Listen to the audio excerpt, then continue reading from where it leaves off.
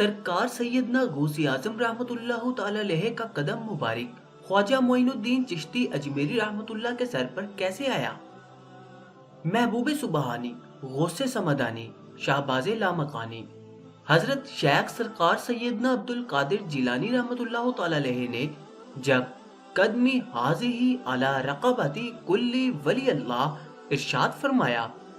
اس وقت سلطان الہند حضرت خواجہ معین الدین چشتی اجمیری رحمت اللہ تعالی علیہ خراسان کی پہاڑیوں میں مجاہدات میں مشغول تھے۔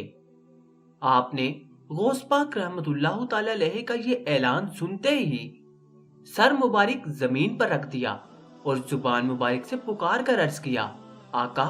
گردن پر کیا، میری آنکھوں کی پتلیوں اور سر پر آپ رحمت اللہ تعالی علیہ کا قدم مبارک ہے۔